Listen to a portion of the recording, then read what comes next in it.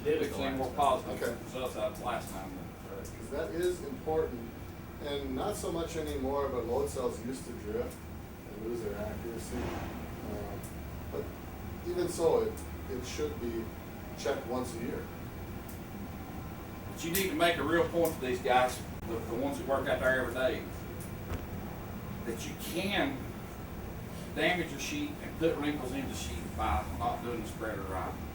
Your individual spreader, you can put more wrinkles into it than you take out of it.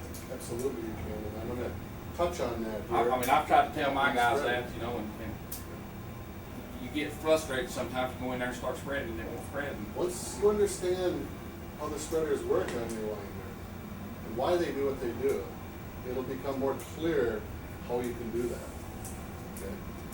So Tom, before you get too deep, as you go out, I don't want you to spend a great deal of time, but take 2 minutes to say, okay, we got different experience levels. Okay, you set the reel, and this is the unwind stand, so it chucks up. So these are a couple of things that could happen.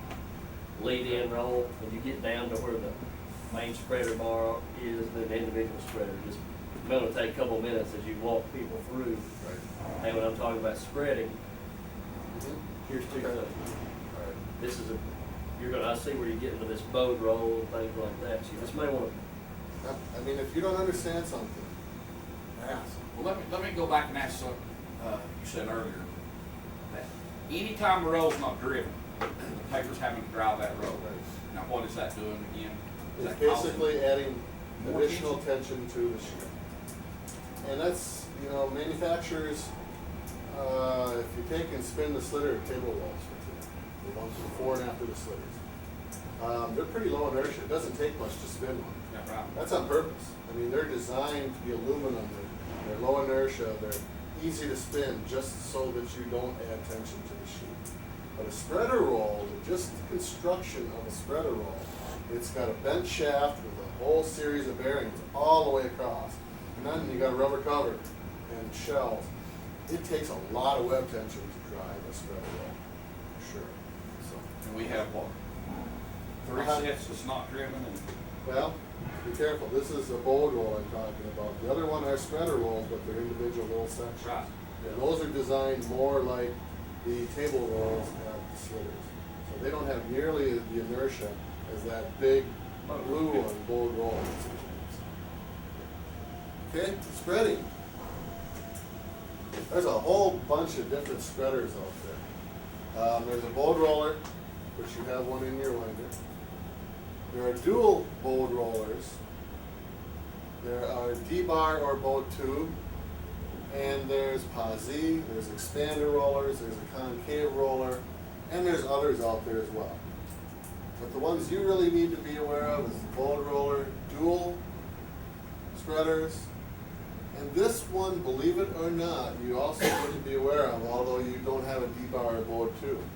And it's because of what happens, or the principle of the spreading. 3 principles are traction, steering, path of least resistance. Traction, okay? It's like the tires on your car. You probably don't get snow down here much, but up where I come from, you know, you put snow on the ground, you lose traction. You go sliding around. So traction requires a lot of friction between the paper and the roller to make sure the paper goes where you want it to go. Steering, it's just like in your car again. You turn the steering wheel, the wheels move, you go around the corner. Same thing with the paper. You take a roller, normally you go over it flat, the web goes straight. But if you put a roller in there like that and the web hits it, it's going to steer it off to the left. Path of least resistance is something very similar. Instead of going over the top, what's the easiest way for it to go? Around the side, because it's the shortest path. Okay. Those are the 3 keys to spreading. This is typically what you see in a winder, and it's what you have in your winder. You have some sort of a bowed roll before the slitters, and what that's doing, it's imparting the CD tension, cross sheet. It's taking that sheet and flattening flattening it out before it goes through the slitters. And then the dual spreader rolls, or some type of spreading system after slitters, and dual spreaders on multiple cuts above 8 or 10 slitters is very common. That's for providing slit separation. So they're doing two different jobs. Then you've got other features there as well. You've got adjustability for the various operating conditions, whether you're running 10 cuts or 20 cuts. You've got rotating elements, so you don't get dusting or scratching on coated grades, things like that. And here's your one, low inertia elements, so you don't have to put drives on. Okay. That's very typical of almost any modern day winder that's out there, that kind of spreading. Now, how does a single spreader work? A single spreader is, what was the term I used? The traction one, or friction is another way to look at it. This works on friction, and there is something that's called a normal entry law. And if you really want to get technical, this is the law. A web will seek to enter a downstream roller at a right angle to the axis of the roller at the point of first contact. Now, what does that really mean? The web's trying to square itself to the roll. The roll is square and the web's hitting it square, it's going to go straight across. The roll is like this and the web hits it, it's going to want to track to the outside. Or it's going to want to track that direction, to the inside. Now, if you get a whole bunch of little segments rolls, like at your slitters, like on your second spreader of the dual, and like the spreader before the slitters, get a whole bunch of little rolls in there. What happens if those rolls are this way and that way and this way and that way? Tracks to the outside, tracks to the inside. You're not quite sure where that web's going to go unless they're aligned real well. Okay. Now, picture this angle roll, a whole series of them all put together, until you have a roll that's a perfect bow shape. That's basically what it's doing. So as the web comes into that roll, it hits that bow shape, and the webs want to do this, or the web wants to do that, just because it's trying to square itself to the roll. Well, out here, square is that direction. In the middle, square is that way. Over here, square is that way.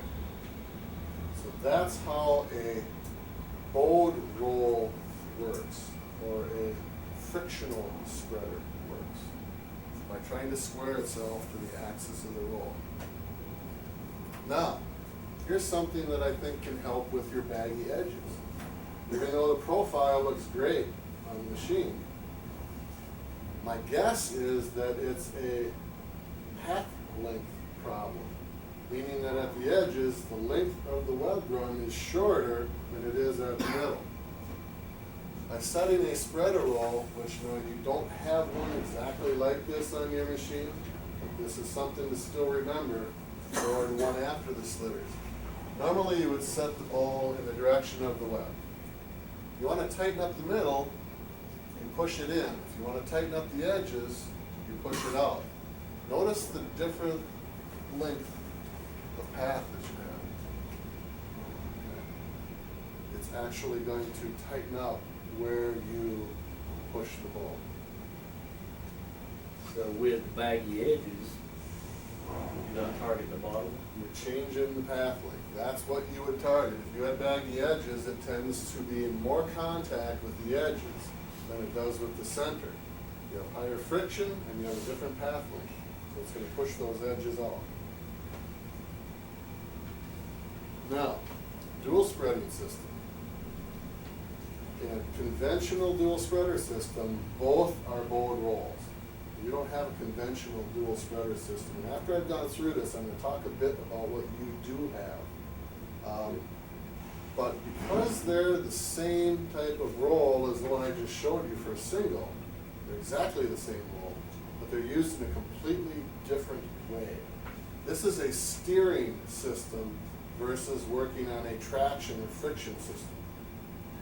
What happens is if you picture, it's hard to explain, but you picture the web coming in and actually wraps around the bow of it, of the roll.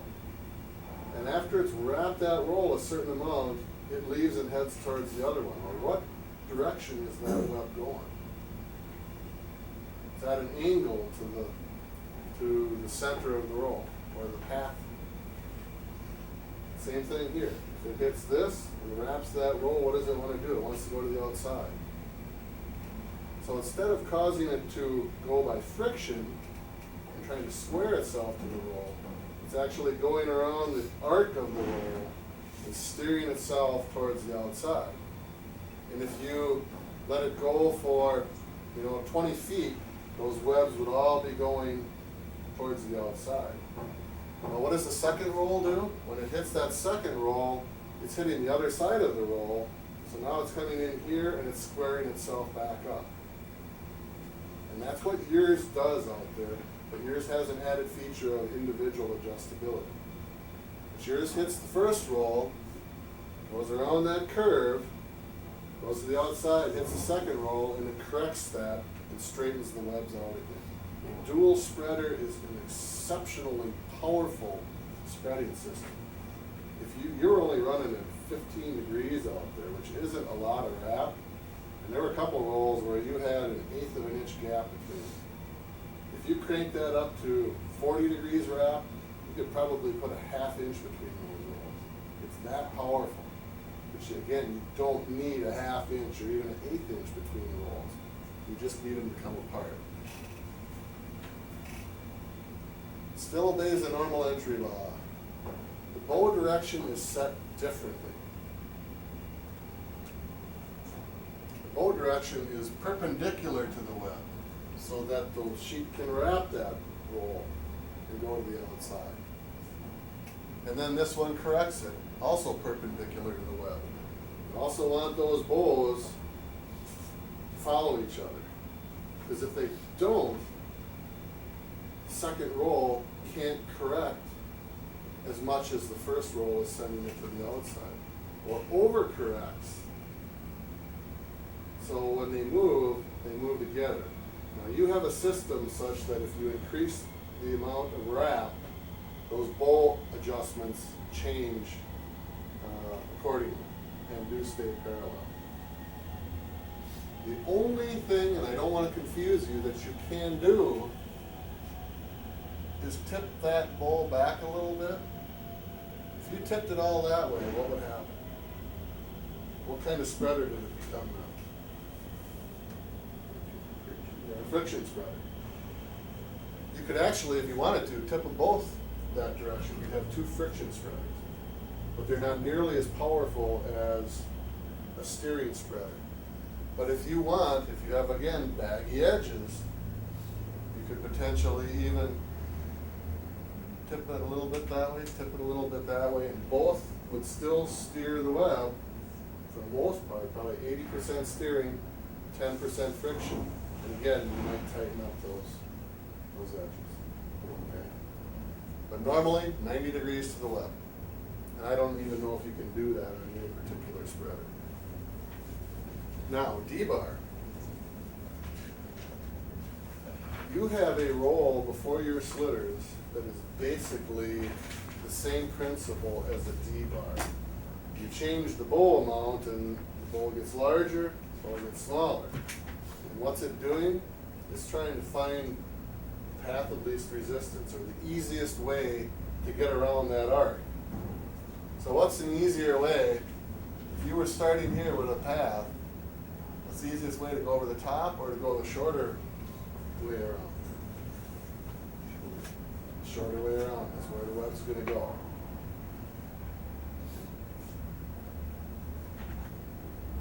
You can actually see here, going straight over the top of that large bow is a longer path than actually going around. Okay? Path of least resistance. Now, let me ask you this.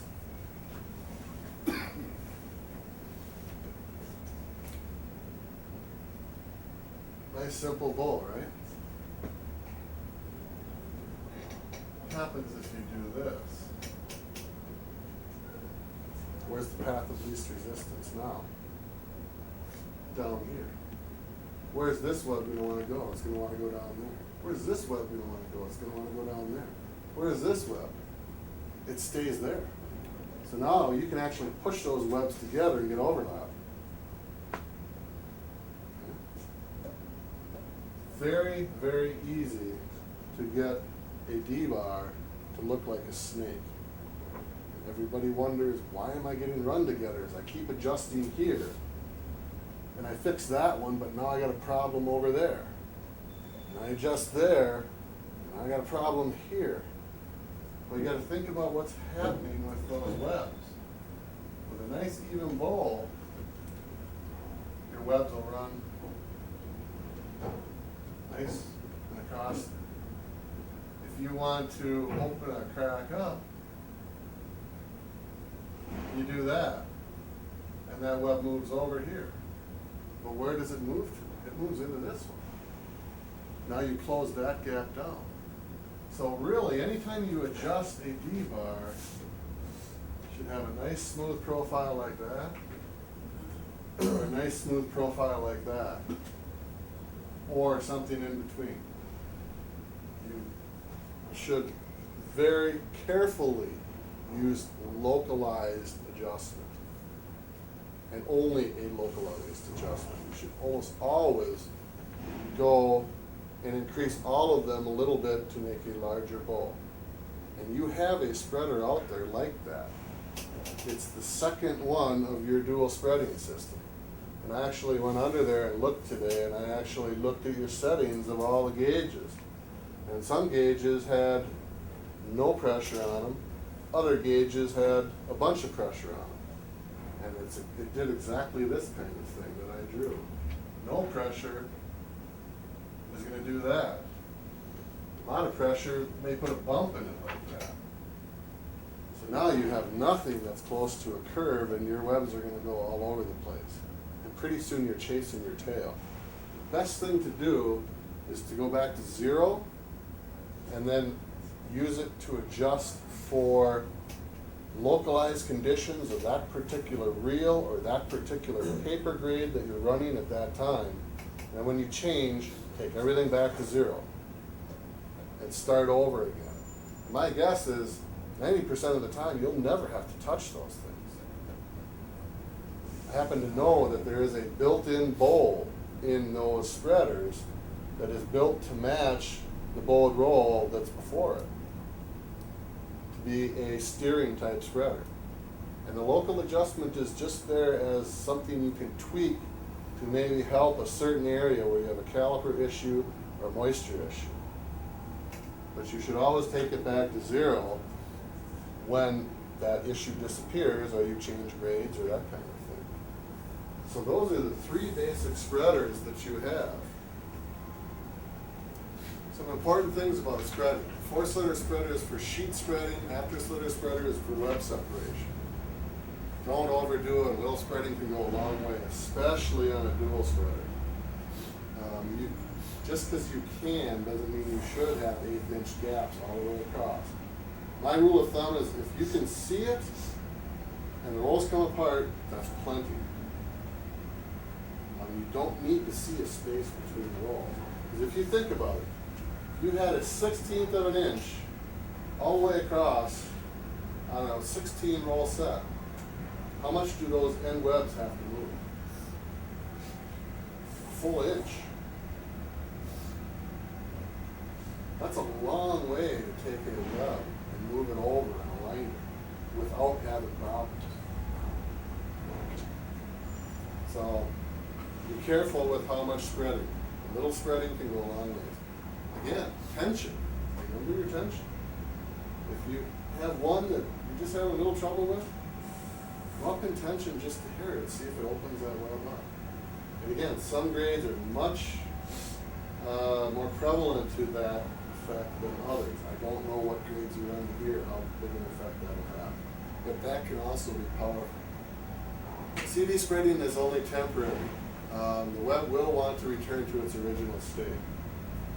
Spreaders are set in a certain location in the winder so that once it's spread, it's locked in on the roll after it. But after 2 more rolls downstream, generally that whatever spread you had is almost gone. So then you need to spread again. That's why the spreader is right before the slitters, and then you cut the webs, and now, okay, it's spread, and now you're going to separate it is what you're going to do. Let's see, a couple other things. The before slitter spreader can have a fairly powerful effect for web separation as well. If you put enough cross-machine tension in the sheet, when you cut it, what happens? You know, it snaps back a little bit because you've stretched the sheet wider. Now it snaps back and you automatically have a gap before you even hit the spreaders afterwards. So that's something to keep in mind as well. Okay. Now, here's where I want to talk a little bit about the slitters you have in your machine.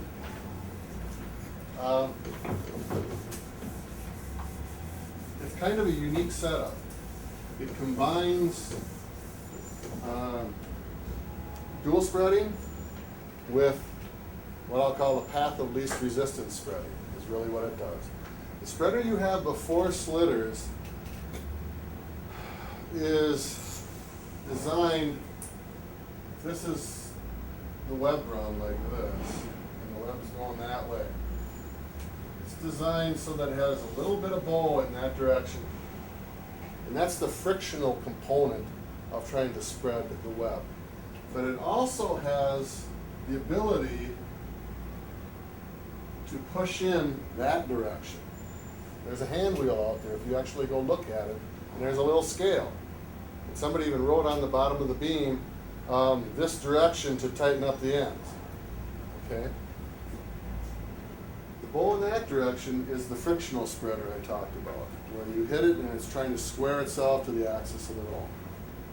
This one is path of least resistance because you're pushing further into the web here with the roll in the middle than you are at the ends. So now what does the web want to do? It wants to find the path of least resistance, so it tries to move to the outside. Where if you take it in this direction, you're pulling that center out, but the ends are staying where they should, or where they are.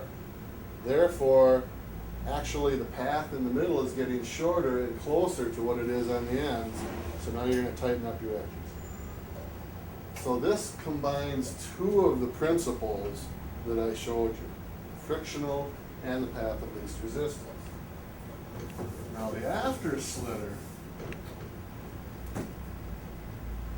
you've got a bowed roll here, and you've got a sectional roll here. And I believe the web run is like this. Okay. Bow direction on this one is that direction.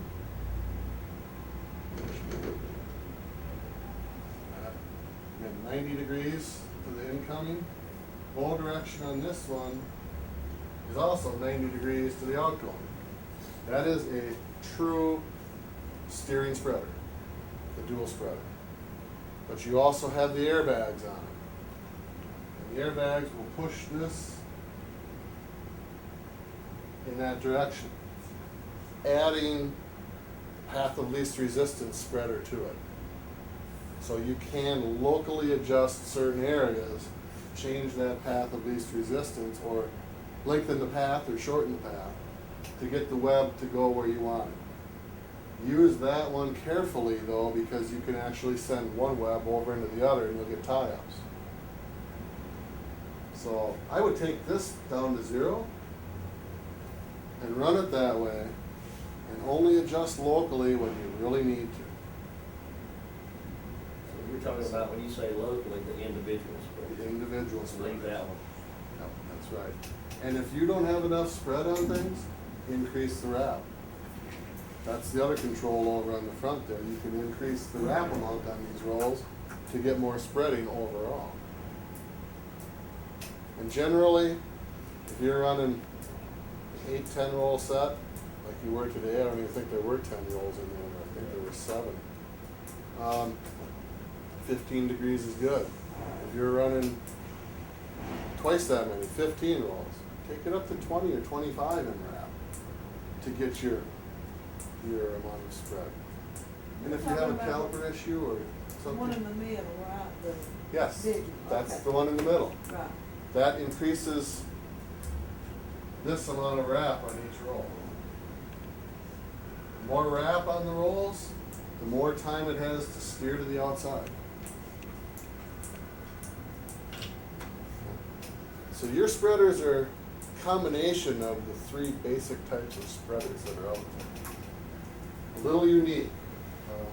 Valmet did that quite often, and in some cases it really is easy to mess up by making that second one snake.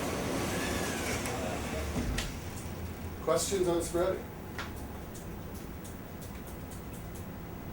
The spreader that we use the least, and we move the least, is before. I would expect that. That's typically the case, but it is another tool that you have to play with. And like I said, the 4-slitter spreader can help the after-slitter spreader. Which spreader were you talking about you noticed that was looking like a snake where you had zero? The second one of the dual spreaders.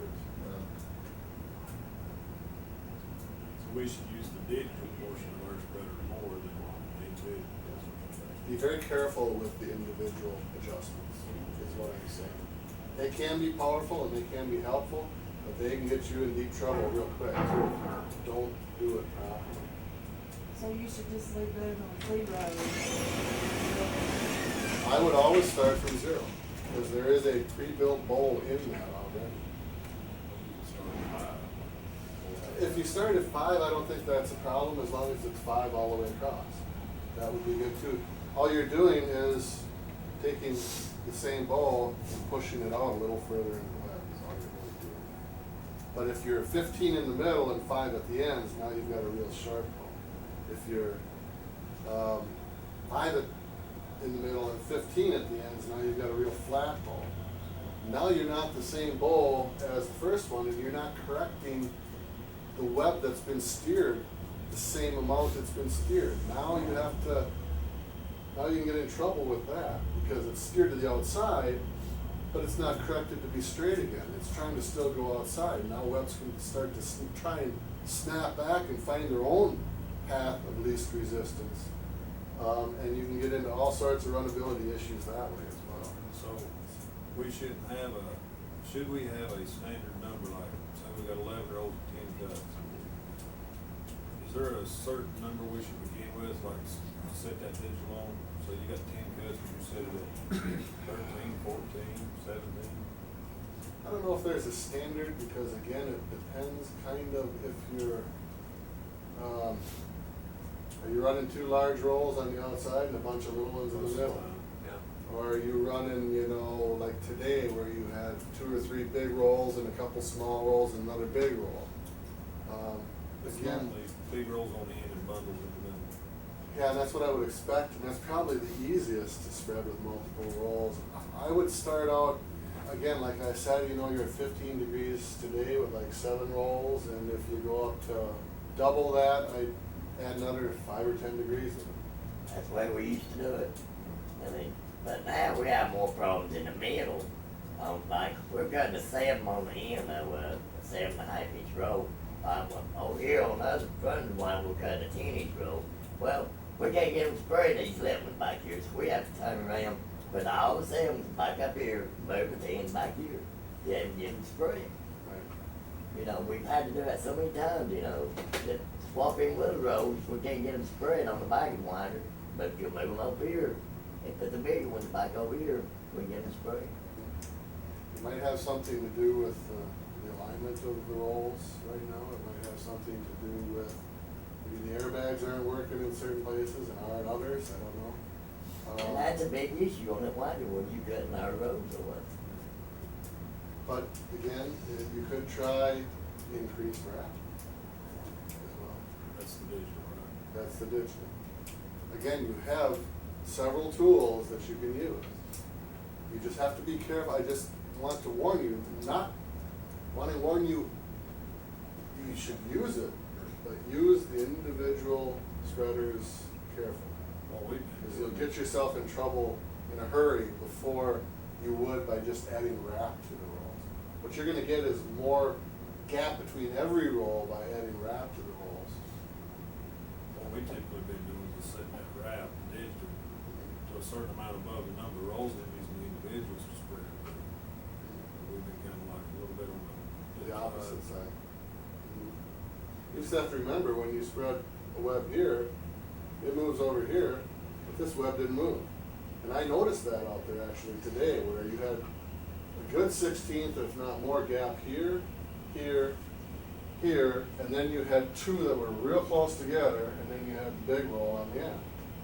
And I think it was because how the pressures were set in the airbags, is that you had spread them well over here, but you'd moved the webs over to close up those other two. And it wasn't in a nice smooth arc anymore either. So again, you're gonna have to play with it a little bit and learn what it does and what it doesn't do, but at least now you know the theory behind what's happening when you turn this knob. Oh, I remember that, it's going the easiest way through the winder. So it's gonna go over here, and every time you turn that knob a little more, you'll open up this gap, but this gap over here is gonna close down. Once you realize that that's what's happening, now you can make educated decisions about how you're going to run the winder. So, but you said that we shouldn't have that large of an issue if we start those at 0 all the way across, or 5 all the way across. Right, you shouldn't at all. Because when the other gentleman come in there a few months ago from Voith, and he'd seen we tried to keep most everything at 5, he thought that maybe we'd be better off to stay at 0 and then make those slight adjustments from there. There's no reason to go to 5. The spreader is designed so that it can run well at 0. So then, back to your point, is that sometimes we've seen those pressure loadings get up to the 20 range. So then you start to put forces into that web that start to drive it here, and you can continue to drive it all the way out to the core chugs, if you will. Yes, you can. Actually, spreading again is a very powerful thing. All right, slitting. I won't go through this in real deep, all the terminology. You just need to be aware, top blade, these are the things I call them. You guys have different terms for them potentially. This is the top blade, the real thin one. The bottom band, I call it, which is the T-shaped ring on the motors. Table rolls, those are the rolls before and after slitters. Shear angle, that's this top plate to bottom band, and I'll explain more of that later. Side load, that's how hard that top blade pushes on the bottom band. Overlap, that's how much the top blade goes over the bottom band. Penetration, overspeed, and cut point, I'll get to those. Okay. The bottom band, this is the one that's on the motor. Table rolls, and the top blade. Web direction is going this way. There is penetration. You probably don't see it, but there is an amount of penetration that these actually stick up into the web. Generally it's, a 1/16 of an inch on fine papers, maybe as much as an 1/8 of an inch on like liner board or those types of grades. And there's a reason for that I'll get to. And then overlap. And all of that creates a cut point. This overlap is important, something you can adjust. And this cut point here. Now, I don't remember the next slide, so. Okay, I'm going to explain it here. What's happening by pushing that up into the web is it takes the web and allows it to wrap around the top of the band a little bit. What that causes is a range where that web is in contact and it's stable on the band. And you always try and cut in that stable area. If you're cutting where the web is just loose and not stationary on something, You're no longer shear cutting, you're just taking like a razor blade and going through it, is what you're doing. So we always try and stay on that area where the wrap is. And you'll actually notice that we're not in line with the top and bottoms. We're not in line, we're offset. And it's so that that cut point is always in that stable area. Now, when the blade gets smaller, that cut point also moves. And the overlap can increase, because now you have a smaller diameter, you have to go down deeper to get the cut point in the same area. Now, if you've ever looked at a scissors, I don't know if any of you looked that close, but the engineer and me examine all that kind of thing. Scissors actually looks like this. It's not two straight blades like this. A scissors is like this. The reason it is so that you're cutting at a single point of contact all the way along. We're doing the same thing on your slitters out there. Top blade is at a slight angle to the bottom band, and what that does is it creates a point contact. It's a much more effective way of cutting. Normally that shear angle is anywhere from 1/4 of a degree to 1/2 a degree, so it's a very small amount. But you need to realize that there is a shear angle there, and that if you crank the pressure up on the side load to 100 psi, you probably don't have any shear angle left anymore. Not to mention your blades are going to wear out and all of those sorts of things. So there is a shear angle that creates the cut point. Don't use excessive side load pressure. Lighter is actually better than heavier, but I know that you'll argue with me about that sometimes too. So there's the wrap on the bottom band I talked about. And the cut point. And you can see as you get a smaller diameter blade after it's been ground, that cut point actually moves back. That's why there's limits on the sizes of blades the manufacturers say you can use, is because if you get too small, that cut point will move back here. Or if you go too deep, you can move that cut point all the way out to here and you're no longer cutting well. And the deeper you go, also the more dusting you're going to get, the more fold over on the edge of the web you may get, and those sorts of things. So 40 to 60 thousandths overlap is what's recommended, which isn't very much. An easier way to tell how much overlap you got is by going point to point and looking at it. You can actually take a tape measure up there and measure it down. Somewhere 3/8 to 5/8 of an inch is what you're going to look at.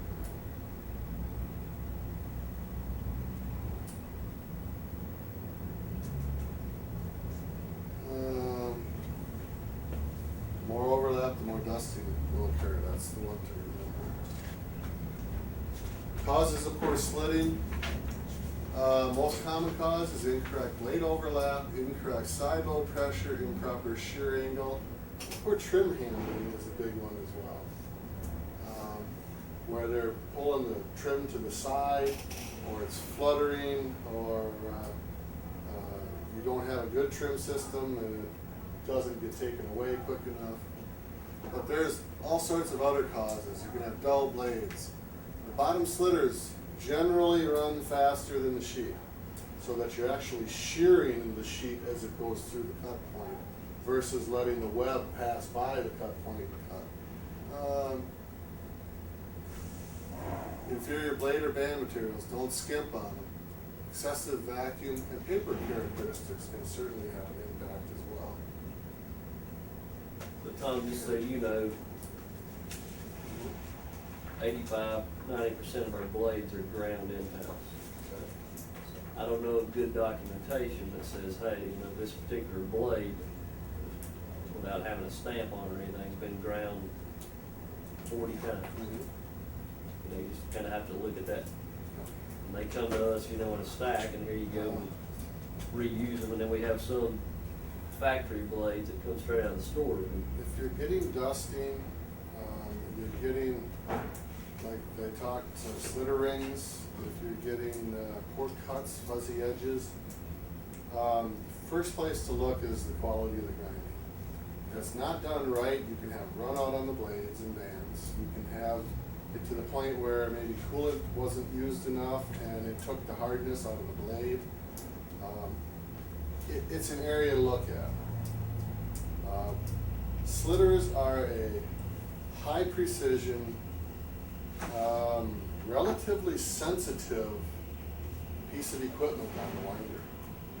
And they can make or break the quality of the cuts that you get. Actually, your cuts look very good today. I only found one roll that had slitter rings on it, and those most people don't complain about anyway.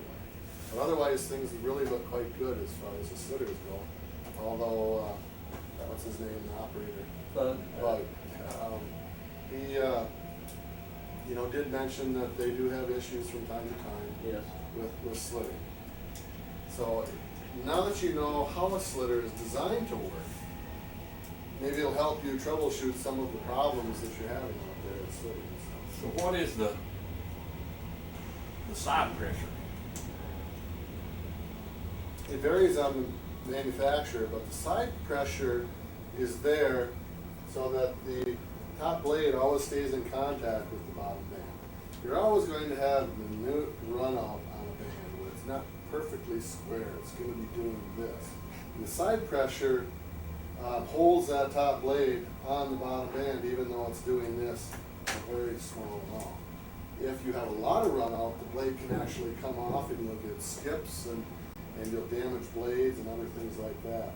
But if you overload the side pressure to keep it on there, you can take away the shear angle, you very quickly dull your blades and bands, those sorts of things. So you want to run, I think the Valmet recommendation was somewhere around 35 PSI, 40 PSI. So that's the main air supply. It's the main air supply to the side load of the slitters.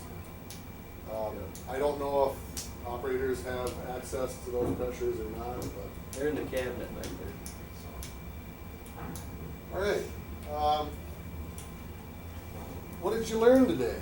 I mean, wrinkles at the car. How could we solve that problem?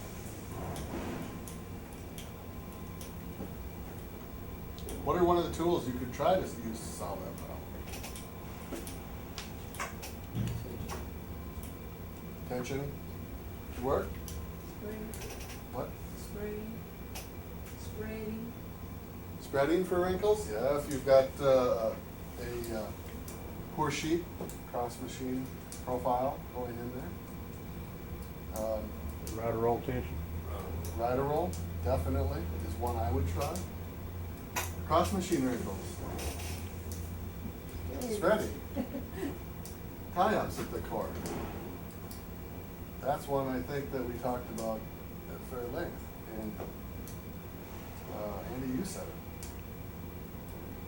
Getting tension going before, so those webs can't wander around. Trimming the roll. I know that might not be a predominant problem, but what I saw, that trim was really little. Really, less than 1/4 inch. And I can tell you, handling 1/4 inch trim is extremely difficult.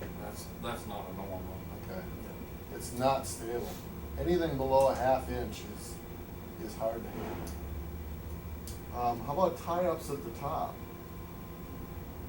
I don't remember how that one came up, but I think you had mentioned that it's needed. That's where we think that we're losing tension at the top, it's getting too slack at the top. You got to go first sometimes, still will be bubble behind the roll, the rear drum. Okay. It actually flutters.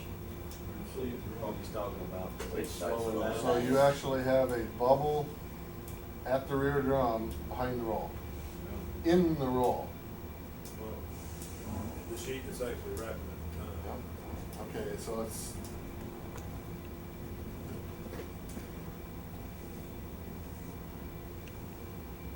Sheet comes around here, you have a bubble right there. Now it's actually the top of the back. Come to the top of the drum. Behind the rider roll. Yeah. All behind the rider roll. Here. Yeah, I've seen it in both places. The top of the drum and behind the drum. sometimes it's both. Spreading could help that. Tension could help that. There's some other causes of that too. I'll have to take a peek at something I brought along that I wanted to show that I think every mill should have in their library. Baggy edges, how could you fix that one? Spring. Spreading. That's all she does is Especially spread. with, That's right. especially with your bow roll. Especially with your bow roll. I've told my guys that years ago on lead machine, their spreader was a bar about this wide. You had to manually put it in against the sheet. And it had your individual controls on it. Well, the first of every shift, pull that big old bar out, which pulled your spreader out away from the sheet.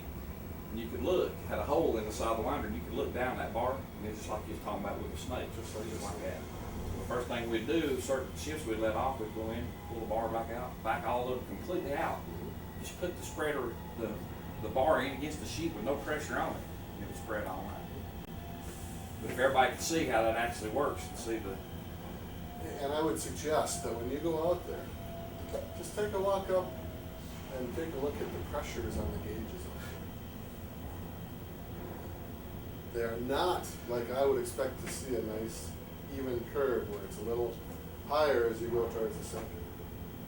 So, something I did bring along that I wanted to share that maybe you can push your supervisors or group. It is a book that is infinitely valuable.